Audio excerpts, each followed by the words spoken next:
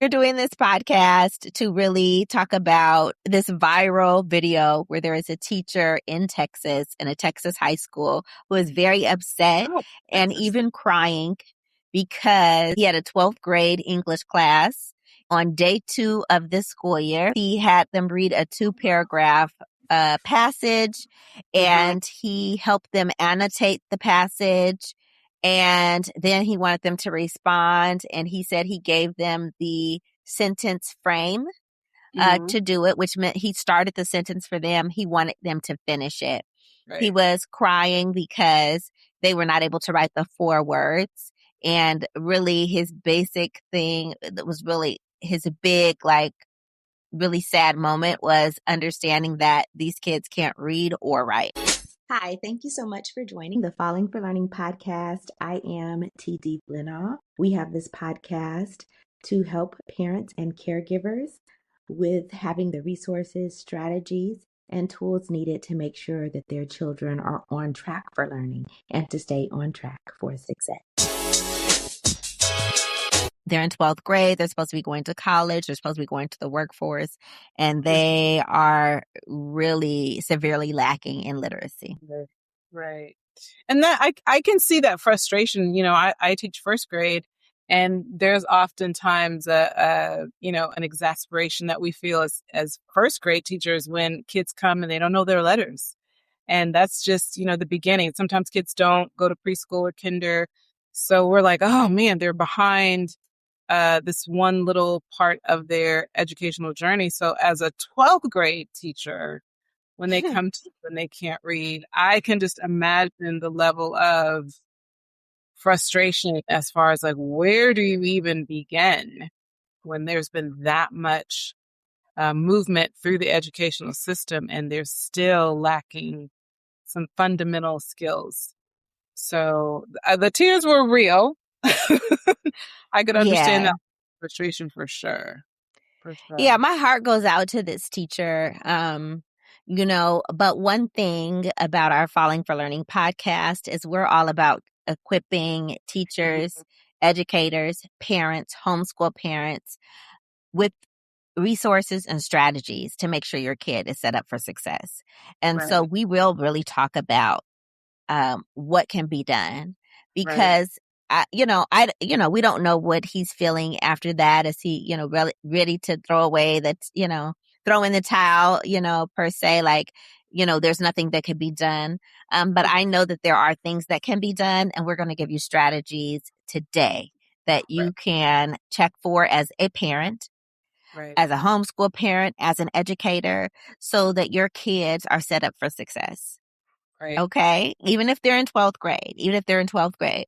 So one of the very first things that I noticed that this teacher was saying that this is the second day of school, and he is referring to very heavy scaffolds that he's given his students. So just to let you know what scaffolding is scaffolding are strategies that we use to help students reach grade level standards and to complete assignments when they're not able to do it on their own. Mm-hmm. Right. That's what they're supposed to be used for. I have worked as an advisor of 39 schools, and the schools spanned from K through 12. They were feeder schools, which meant that often the kids who started in pre-K ended up going to the high school, right? Mm-hmm. Because they fed into one another. So it was the middle schools, it was the elementary schools, it was the pre-K, and then the high schools for those kind of same group, same area. Oh. And I did notice that those heavy scaffolds were used from day 1 of the school year to day 183 of the school year.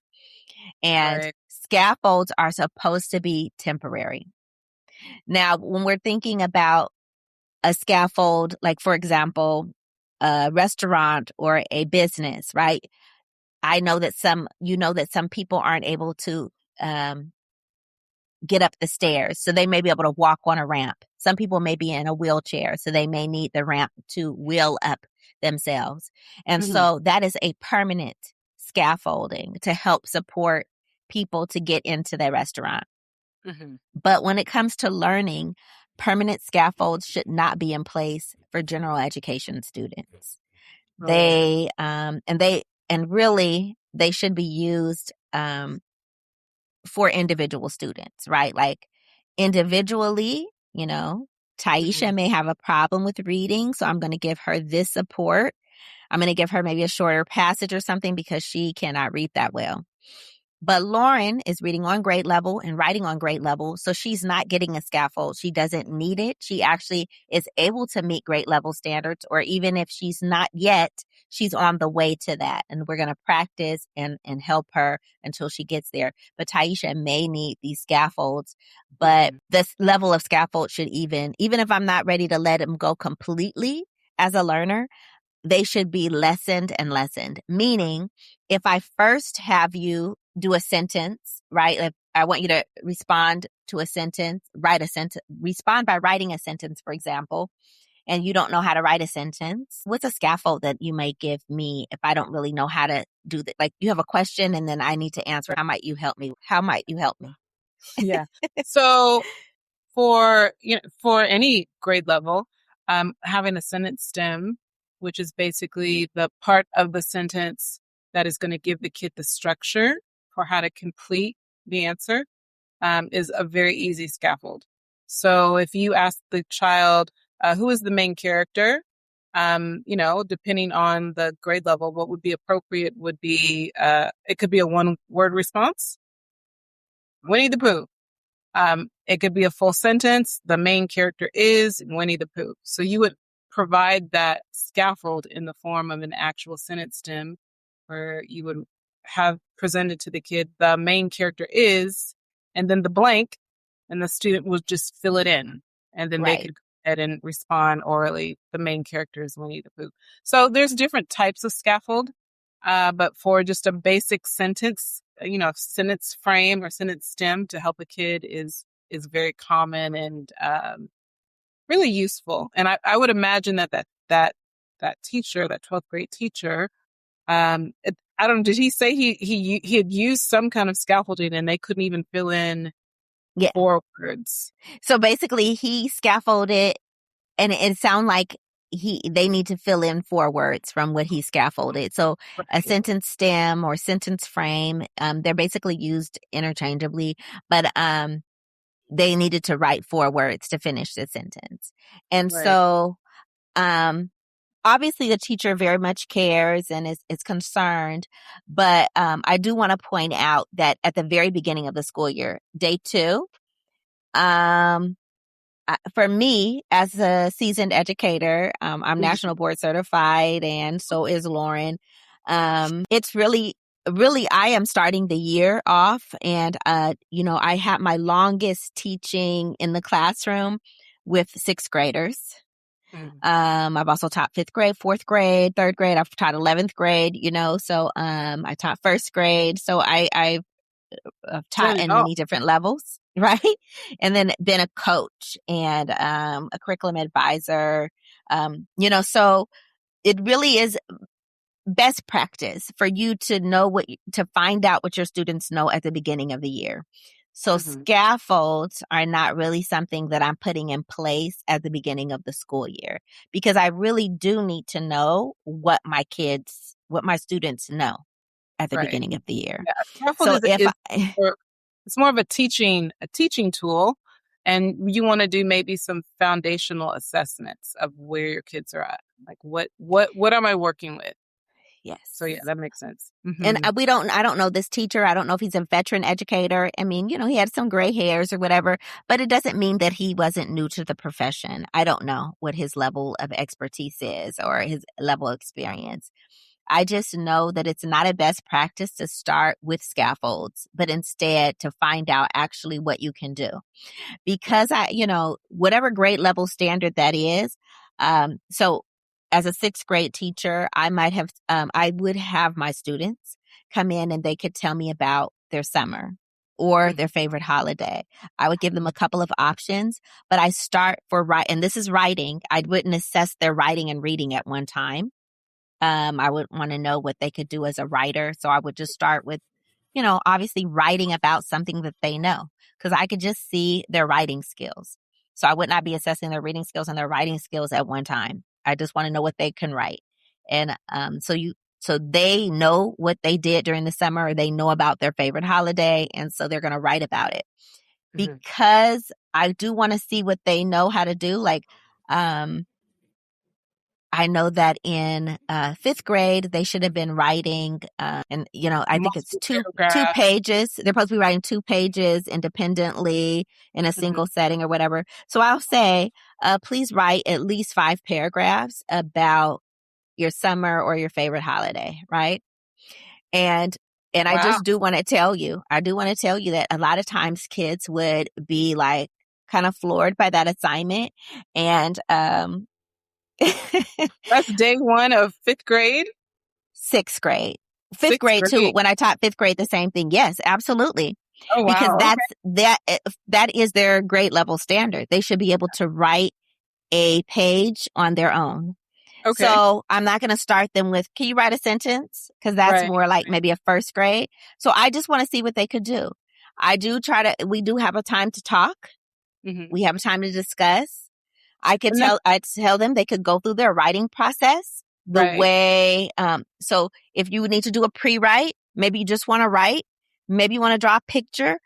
All of those things are appropriate as they are gathering their ideas. But I do want to see what they should be able, to do, which is write. Now, I don't shame my students, but I do want to see. And some of them, and really, because it is uncommon. And some people are like, oh my goodness, but it's not, oh my goodness. The standard for their 4th grade was for them to be able to write a full page, like in a single sitting. Yeah. And, no, you're right. You're right. And I sometimes think about how often we use the previous year's assessments to kind of get a gauge of where kids are coming in. And I've in my experience, I've had so many kids that, there's the summer slide. And if they were not on grade level leaving the prior grade, I almost assume that, coupled with the summer slide, that when they come in, they are not going to be performing on grade level. Not all of the kids, but again, we have assessments that kind of give us a little window into what we're getting. And it's not always indicative of how they're going to do, the first week of school, because that could have been a bad day for that kid, or we don't know who the teacher was prior to them getting to me. So, and I do know that the first day jitters are real. And I applaud your level of rigor when you talk about, hey. So it may be day 2 or it's either day 1 or day 2. So I haven't been in the classroom that way for me, but it's either day 1 or day 2. They're definitely writing it, but we do talk about it. I do a model of how I write it and what I went through to write it. Like, I thought about 4 things that I did. I'm going to write a paragraph for 4 things that I did during the summer. And so I'll give them like a parallel example of what I did. And I said, and I do let them know, I said, you're not going to do what you can. This is what I want you to be able to write this much, but if you're not able to, it's okay. This is where you're starting. We will definitely get there. But this is what I would like for you to do now. And because I know this is your personal experience, and some kids are but it's really about expectation, letting kids know the expectation. Right. A lot of times people don't tell kids what the expectation is. Like, I know where you are, it's okay. But I feel like it's paramount to let kids know where they are. I mean, where they need to be, what I'm saying, right? Yeah. If you don't know where you need to be, and all I've asked you to do is to fill in these last 4 words of this sentence frame, then it's like, I finished that. I did what I was supposed to do. And then, kids will be like, I'm pretty smart. I got it done. It's like, not that you're not smart, but that's not what you're supposed to be doing for 12th grade. Like, that's not the 12th grade standards, right? Yeah. So a lot of people are like, oh, the kids can't. And that's what they start with, what they can't. But I want to know what you can do. Yeah. So And you can, I make sure like you're not in trouble for not knowing how to do this, but I want to see where you are because that's going to show me how we could get you there. And right. so I really do. I mean, it's important, it's Mhm. important. Hey, I'm with the first graders. Some of them have never been to school, and the first 3 days is just, how to put your things away and, where to find supplies and who is your partner and how to transition to the carpet. And so like to ask them to do too much I mean, they do have their due now because they have something that they have to do as soon as they get in so that I can greet the kids at the door. Um, but I'm just thinking about, wow, it's just such a different world when you talk about fifth grade and sixth grade and 12th grade, but I'm setting the foundation. And again, just thinking Absolutely. about, I like the question you asked, do kids know what is expected out of them at that grade level? What should you be able to do in terms of the standard? Like Yeah. this is 12th grade, so the standard is here. Are you Hmm. able, like, how close are you or how above the standard are you? And, can kids articulate that? Do they know where they're at? I think that Yeah. is important. So, yeah, so that's, beginning of year assessments. Like, so scaffolding on that level at the beginning of the school year, I don't know his class composition. Um, I don't really think it's appropriate. So I'm not here to like bash any teacher or anything, but it's really appropriate for kids, for you to be finding out what kids can do. And so once I know what they can do, again, and I just give them that time period in class by hand because we know AI and all the things, they're not typing this up. I want to see what they can produce on their own. And I'm well aware that it's their first draft. And when we think about ourselves adults, how many people actually see your first draft of something, right? When we've gone through college or whatever, we've gone through many iterations of a paper before we turn it in. No one's Right. usually seeing our first draft. So I don't just look at their stuff and say they can't write at all because I've seen their first draft. It was on demand.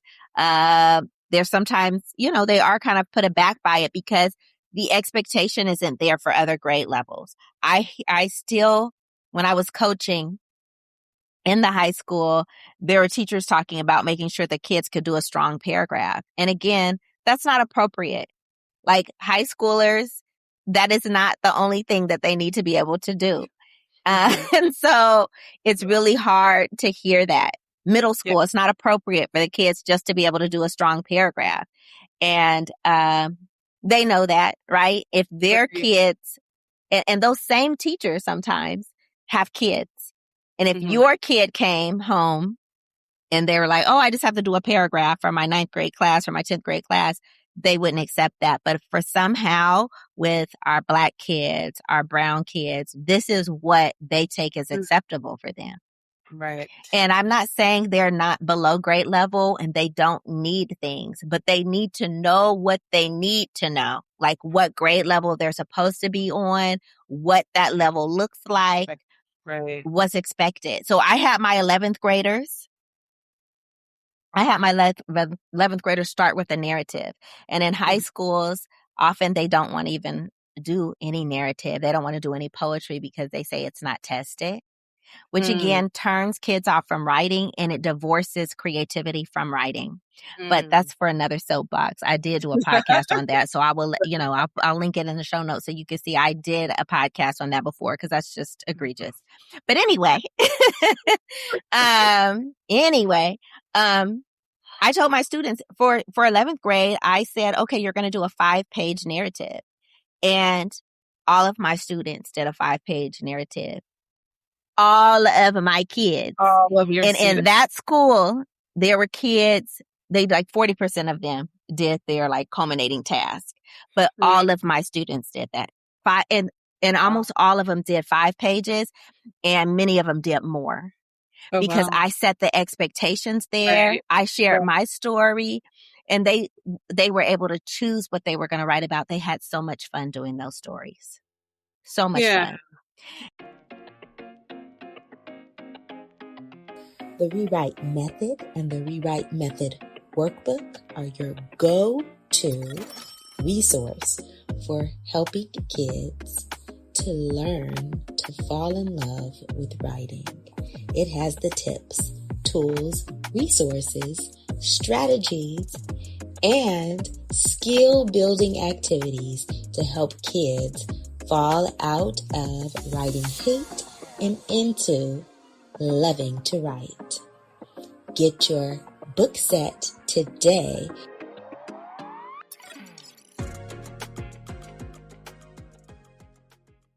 I commend you because I know you're really good at closing the gap. And I think that is what a lot of teachers struggle with. And I remember, years of feeling like kids are coming into the next grade level with so many learning gaps.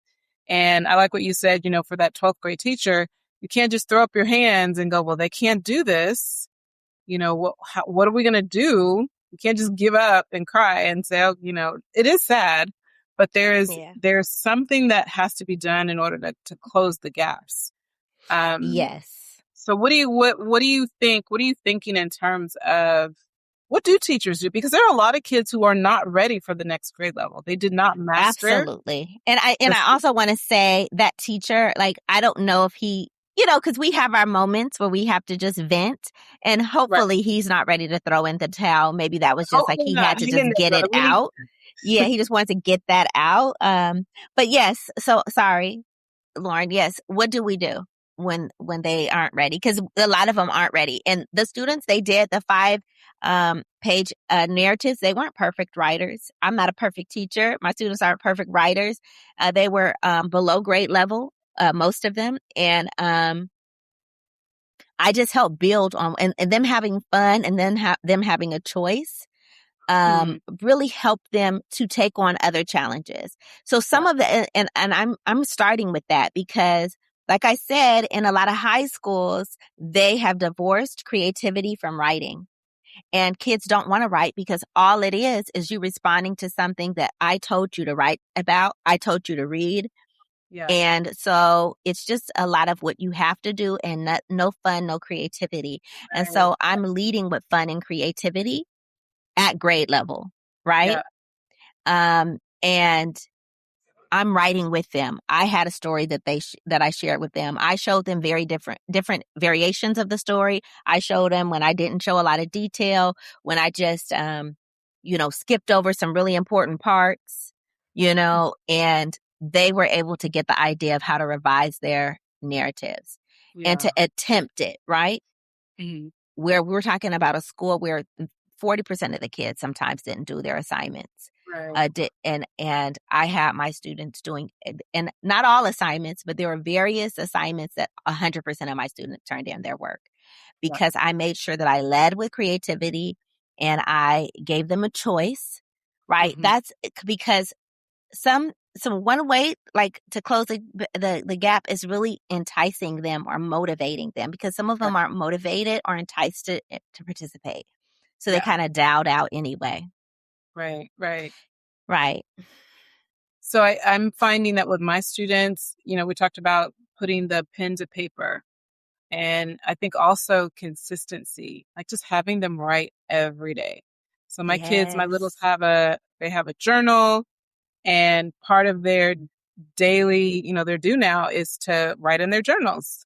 Yes. Sometimes I give them a picture prompt, and they can just label the picture, or they can write a sentence, or I'll give them a sentence stem, or not a sentence stem, some idea like, oh, we're having a holiday coming up. What are you going to do on your holiday? Let's draw a picture of it, or you can write a phrase, or you can write any words that relate to the holiday.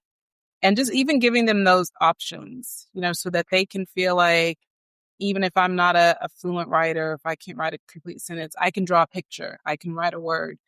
And I remember as a kid, having a diary and, writing in my diary every day.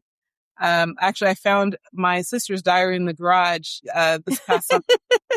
Week, I got your little 3rd grade secrets.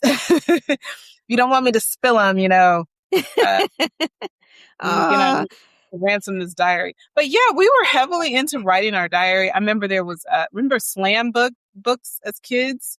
where it was like a notebook and it had like a prompt at the top, and then you passed it around to your friends and everyone responded to the prompt. And it could be like, I don't know, it could be something as silly as, who is your crush? And you'd have to like, Oh, no, I don't know it. every kid had a number. So you were numbered in the front of the slam book. And so it'd be like, number 1 is Lauren, my crush is, and then you'd have to look Ah, who's on that list. So I just feel like as kids, we always had writing as a part of like the makeup of our social lives. It wasn't just yeah. a mix. That We that was used another time. right, I mean, when people people do text messages, because I know when you were getting to know someone, you would, your right, friends or your, more than friend, your romantic interest. A lot of, you write a note, I write a note. So you would do that with your friend, a friend, as you're getting closer to your friend. Maybe that maybe become my best friend. We're writing these notes to each other. But also like, maybe he'll be my boyfriend and we're writing notes to each other. right, But people text now, but of course it's a lot less. And right, that's a whole nother thing, right? Because there is like this viral thing where they're saying only more privileged people will be able to read and write in the future or whatever. And so we will right, talk about that on the podcast as well. But really, yes, what I really want to say is that consistency, because here's another way to close that gap, right? You said consistency. So, I would have my students write, and my 11th graders write and say, okay, you're going to have 10 minutes to write. I want you to have a page. Now, again, when I tell them this, they're not in trouble. They're not, if they don't have it, but I want to set an expectation for them.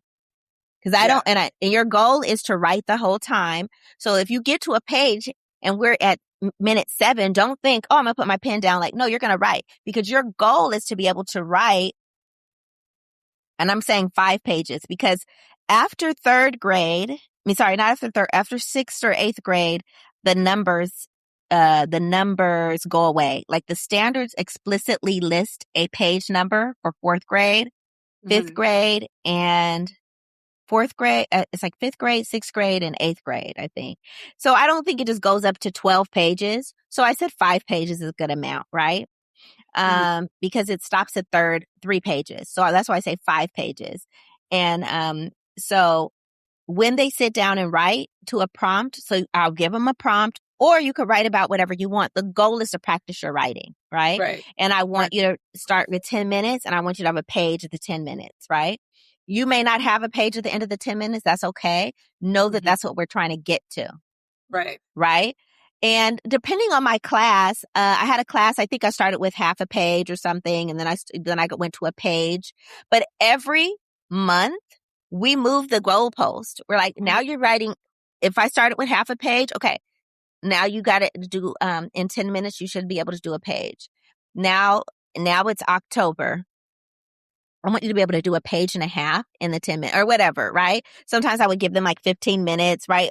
But the goal is to keep moving them forward. And now, does everybody get to that half page? No, not everyone is getting to it, but they have the expectation to write. They have something that they're going to write about, or they could write their free choice, right? But their goal is to write and to take their time writing. Now, I didn't grade everything, but I can walk around and see words. That's very different from me sitting down and reading the whole thing or whatever and grading them. But I gave them credit because I could see them writing. I could tell the difference if you're just writing loops on your page or, right. I could see your writing. And 20 font. So, but the goal is to build that muscle of writing and to build that stamina. And so I gave them a goal and they kept working towards it, and they weren't in trouble and they weren't penalized, but this is how they get better. And we talked about that. They go to soccer practice, they go to basketball practice, they go to football practice. Same thing. We're doing some writing practice today, right? Yep. And giving them some choice and some creativity was leading me to actually them being open to doing other things. So now we're reading this book. We're all reading this book, and we're all going to talk about this book. We're going to discuss it. And I would include fun things for my high school kids. We would have a tea party. Our grade level wanted to read, I'm going to roll my eyes because I'm against it. But anyway, what is that book? I can't think about it. It escapes me right now. It was in the 1920s, and there was a rich guy. He was new money, and then there was a Daisy with her old money, and then her husband was rich. Ah. Oh yeah, I didn't I read that. forgot the name. I'll put it in the show notes. But It's a classic. It is a classic, which is unclassic to me. What is the name of this? The novel with Daisy in the town of Egg. I don't remember. The Great Gatsby. The Great Gatsby. Oh, The Great Gatsby. Yes. Oh, yes. The Great Gatsby. So my grade level wanted to read that. I didn't want to read it. Anyway, but I did read it with my students. We did a little tea party, and we got to know these different characters. And, I had little, lemonade for them, and, we had a little, the music from that time period. And we had like a, beginning novel, event. So we need to continue to keep that creativity, that fun in. And then we read that book. We, we responded to that book and, with essays and paragraphs and, different things like that. But they were open to that because we did have the creativity. We had the choice. We had fun. And that is, and again, they want to divorce that. So they want to take it out. They want to suck it out. Like, it's got to be serious. And the kids are the ones who make things serious. If you ever seen a kid very serious about soccer, very serious about, whatever that thing is, right? Right. They add the fun to it. And they add the seriousness to it because that's important to them. But it did start fun for them. It started as something that they were, getting into it maybe because of their friends or whatever. But then they really start prioritizing that. And, but having those goals and moving that goalpost. So by the end of the year, and, maybe and with sentence frames, I'm going to go back to sentence frames, right? I'm not giving every student sentence frames all year. Now I may have newcomers, international students. They like to, always change up the words in Los Angeles for things, but whatever. So we have students who are learning English or whatever. Maybe they need a sentence frame all year. Maybe not. Right. But I do know that when it's time to take the state test or to take an AP exam or take their SAT, a lot of that they have to do on their own. Right. I'm not able to hold your hand through that process, read the directions, give you a sentence frame. So why would I be giving that to you all year? Exactly. I need to let you know and do progress checks. All month, I've been giving you sentence frames, right? And then again, if I start with the highest level of scaffold is I provide everything except the last word. The name of the character is, and then you could just add Winnie the Pooh or whatever, right? You could just add that one word. That's a very high level scaffold. But maybe as I'm moving on, depending on, and again, I need to check to see, is Taisha ready for full, or what is she, right? So I'm going to take away and I'm going to let you know, I'm going to give you this full scaffold right now, next month, next week, whatever appropriate, right? Every 2 weeks, I'm going to take a word away. So maybe I'll give you the first word at the end, but I'm like, if I'm starting just that same sentence, the character is, and you add the last word, the character, and then you could add is Winnie, right? Finish the rest for me. And they're like, oh, character, how are we pulling back those supports so that you can feel confident and you could get used to, you have an opportunity to actually meet the standard because you've been practicing. You grow that muscle. Yeah. I totally agree. I totally agree. So, Lauren, like with your students, how do you build on what they know? So you did your I'm not saying you did. Once you've done your beginning of year assessments, you see where the different kids are. Now you notice we're not all the same. All your students are not going to be the same level. How do you Right. build on what they know and then provide supports for individual students rather than just give everybody the same level of Right. support? Yeah, so we have a built-in block. It's our RTI, or response to intervention, where we do look at our data and we go back and see where are the missing links. And thank goodness there's so many different assessment tools that are, they generate such specific data, and they basically provide you with, these are the holes. This kid is missing phonemic awareness, or this child has phonemes, but they're not able to blend them.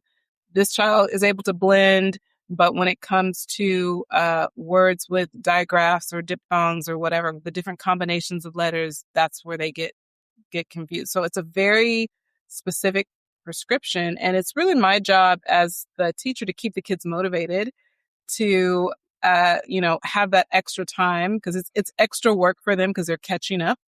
So to motivate them through, different types of games, we do building words. We have little squares where we help them build words. Sometimes we use cards where they actually create human cards, or human.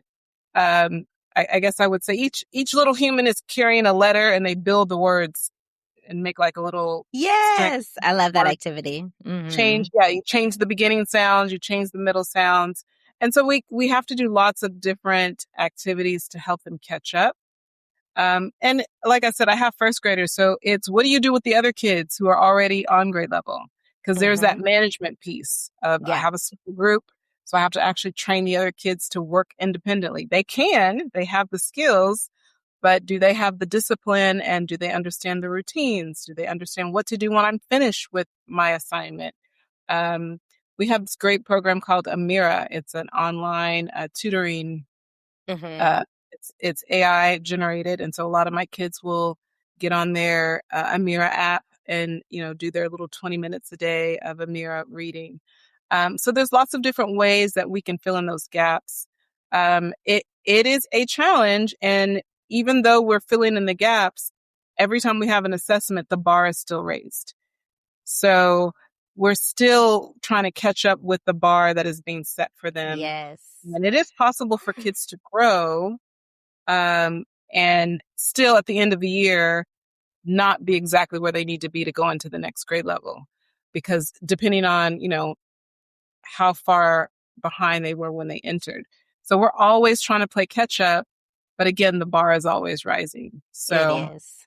it's a very, it's challenging. There have been times when I've sent kids on and I'm like, parents are going to have to continue to practice during the summer. Because again, that summer slide is real. Those they're out of school. We made all this progress. We're right here at the threshold of being on grade level. And then we have the summer, right? And so it's just, parents aren't continuing that work of having them in the routine of writing and reading. Then it becomes very, very challenging the following year. Yeah. And one thing you said, like the continuous, right? Parents are the first educators and they're the continuous educators. And so really taking that on and building those routines at home for reading and writing regularly is really going to be the best thing that you can do for your child. And so by the time they get into 12th grade, they're not feeling helpless or not able to do things. Now, some stuff I do want to say, some stuff is learned helplessness, right? Like, I'm going to wait till my teacher gets me the sentence stem or whatever, But also if they know, like, no, I'm not giving you a sentence stem today, I want to see what you can do without it. I still give my students checks in between, right? Like, I want to see what you can do. We've been giving you sentence stems, but now I want you to do this by yourself and see how you're going to do without. You're not in trouble. I need to know where you are. I need to see how we can adjust, right? And then I'm like, okay, they're not there yet. They're better. They're better at this. They learned this. They still need support with this. And then we could go back to providing scaffolds and maybe a little bit less scaffolds as we go and adjusting it as we go. But it's something that we have to let kids know where they're supposed to be. We have to help them accountable for it. And you're not hurting them. A lot of people, there's this thing that you want to, like a lot of teachers, like they want to protect the kids from the stand. Oh, you don't want to give them all that by themselves.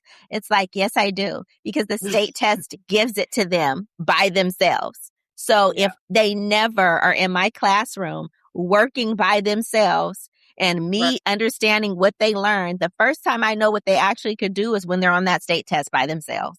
Yeah. And that is setting the kids up for a failure. And I am all about setting my students up for success. So we are going to continue this conversation because I think we just focused on writing, really. We didn't really get into the reading. And of course, with first graders, the reading and writing is learned together. It's, it's not that separate. But we want to continue with this conversation because it is a nationwide travesty where we know that lots of kids are not learning how to read and write in an adult level. And that's going to set them back. It's so many problems with it. So we want to keep addressing this with educators and parents. What can be done? It's upsetting, but there's a lot that can be done. There's a lot that we can do. So remember, releasing those scaffolds, letting kids know where they are, where they're supposed to be, and helping them build that up to that level, changing those goalposts every couple weeks or months, building on what they know and giving them fun and choice, right? Yeah. Creativity. And give them a diary. Bring back the diary. Give them a diary. Real life writing as a confidant, right? Real life writing purposes. Excellent. So we're going to continue this conversation. Again, do something today that's going to give your child the competitive advantage. Thank you. Thanks again for supporting the Falling for Learning podcast. New episodes go live every Saturday at 5 p.m. You can watch us on youtube.com at Falling for Learning, or listen on all major podcast platforms such as Apple, Google, Audible, Spotify, and much more. For more resources, visit fallinginlovewithlearning.com. We really appreciate you. Have a wonderful week.